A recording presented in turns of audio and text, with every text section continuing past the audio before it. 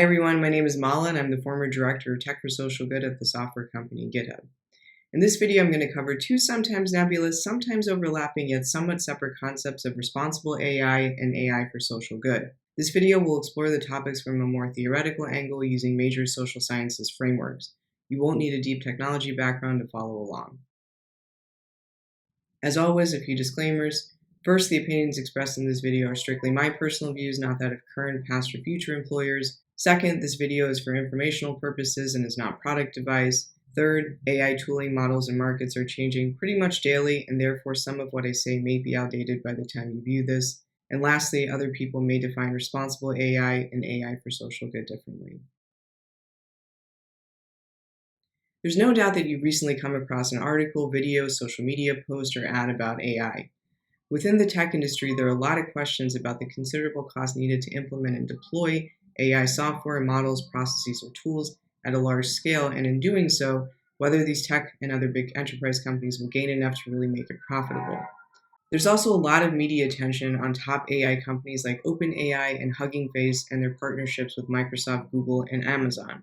And of course, what is the role of AI in laying off more than 1 million employees in the tech industry in less than 18 months continues to make headlines, as it should. Responsible AI and AI for social good are not about these AI profitability and high-income labor trends that have dominated media discussions. So, what are responsible AI and AI for social good? In simplest terms, responsible AI has mostly been used to describe AI that does not violate human rights, ethics, or morals. AI for social good has been used to describe AI that advances human rights and human development. You might have heard these terms before being used interchangeably, and again, while there is a lot of overlap, especially as AI tooling, product, and services become more mature in the coming year, I think it's helpful to break down these concepts because, as it often happens with emerging technologies, most people don't understand what they are, and both have had relatively little investments. Yet, both are critical to ensure a world in the age of everything AI will be safe, healthy, and stable. So to understand what these concepts mean, we first need to understand more about human rights. There are a lot of ways to talk about human rights, but when it comes to the tech industry and AI, I found that two concepts in particular have been especially useful. The first concept is civil and political rights, and economic, social, and cultural rights, or ESC rights for short. And the second concept is negative and positive rights. Now, the foundational document that enumerates human rights is called the Universal Declaration of Human Rights. There are other foundational documents, but I mentioned this one in particular because several tech companies and nonprofits working in AI mention the Universal Declaration of Human Rights in their work. A notable example comes from the AI company Anthropic, which cites in their documentation about their AI model called Claude, and their concept of constitutional AI. Civil and political rights are covered in the first portion of the Universal Declaration on Human Rights, and economic, social, and cultural rights, again ESC rights for short, are covered in the second part. Civil and political rights include things like the right to life, to not be enslaved, to not be subjected to torture, and the right to privacy. They're sometimes referred to as negative rights because they protect against the right to not have something happen. For example, if someone kills another person, by doing that thing, they are violating the right to life. So, to ensure a person's right to life, they have to be protected from not getting killed. ESC rights include things like the right to an adequate standard of living, medical care, housing, education, and the right to participate in a community. They're sometimes referred to as positive rights because for a person to have that right, something does need to happen. For example, to have adequate medical care, hospitals and health clinics need to be built and employ trained staff. And to have a good quality education, someone needs to attend school. Now, given their nature, it's less straightforward to achieve ESC rights because it's usually not one person or entity that is directly and solely responsible for another person having these things. To illustrate the concept, my first week at GitHub, I asked my colleagues a question a professor asked me in grad school, and that question was, who is responsible for a child being born into poverty? Is it the government, the parents, society, the child? It's probably a mix of things, right? But how do you ensure a child is born into an adequate standard of living? The United States exemplifies this challenge because it has more than enough money to ensure no one is impoverished, yet with this extreme inequality had a child poverty rate of 12.4% in 2022. While it's relatively straightforward to legislate against killing people, it's not as clear how to legislate for everyone to have an adequate standard of living. And therein lies the challenge with realizing ESC rights. And therein lies your critical difference between responsible AI and AI for social good. Now, again, responsible AI has mostly been used to describe AI that does not violate human rights, ethics, or morals. More specifically, this can be broken down into three major areas. The first is AI software, tools, and companies that do not violate human rights or constitutional rights. The second is ethically and morally designed AI software and tools. And the third is ethical and moral uses of AI software and tools. Now, because responsible AI deals with not violating human rights, it mostly concerns civil and political rights/negative rights. This largely mirrors history. In the past, when the tech industry has spoken about its products or companies respecting and protecting human rights, it has mostly referred to civil and political rights. And that's not just for AI, but for hardware development, cloud computing, smartphone app development, and even social media. About 10 to 15 years ago, in response to the Arab Spring, it felt like half of Silicon Valley had a product or a program to protect journalists and their freedom of speech. After the murder of George Floyd in 2020, a lot of tech companies and organizations spun up initiatives to protect civilians against excessive police force. Many tech companies that produce hardware like computers or phones have statements attached to all their contracts and agreements saying they do not engage in human trafficking or modern slavery.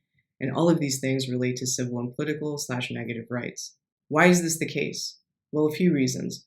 One is because not violating civil and political rights is enforced through government regulation, laws, and policies. That means to do business, tech companies must stay compliant, which is expensive and complicated, and what is acceptable is often debated. As a result, every big tech company and many smaller tech companies have several legal, policy, and trust and safety teams that work on responsible AI topics to ensure compliance with the law. Again, AI for social good focuses on the advancement of human rights and human development, so it is primarily concerned with ESG/positive rights. Unlike civil and political rights, the specific threshold to achieve ESG rights has less global consensus and are not always guaranteed by a government. And when they are, they're guaranteed at different levels. For example, a person who lives most anywhere in Western Europe is guaranteed free medical care, while a leading cause of bankruptcy in the United States is medical debt. The United States guarantees its citizens a free high school education, while several countries provide tuition-free higher education. Partially because ESG rights are not globally agreed upon, for decades, neither were the exact definitions of human development. Nowadays, anyone who has ever worked in international development, economics, public policy, or tech for social good has probably heard of the Sustainable Development Goals, or SDGs for short. While the SDGs were originally meant for low and middle income countries to measure progress at the national level, they are still useful to understand the thematic areas that comprise human development, including food security, gender equality, education, public health, and climate change. So we can think of AI for social good as progress towards ESG rights or the 17 SDGs. In 2024, a major responsible AI topic is the constitutional right to have free and fair elections because 64 countries that account for nearly half the global population will have elections. Governments and responsible tech communities are worried that Gen AI software have already created an exponential rise in political mis and disinformation that could effectively rig, corrupt, or otherwise thwart elections.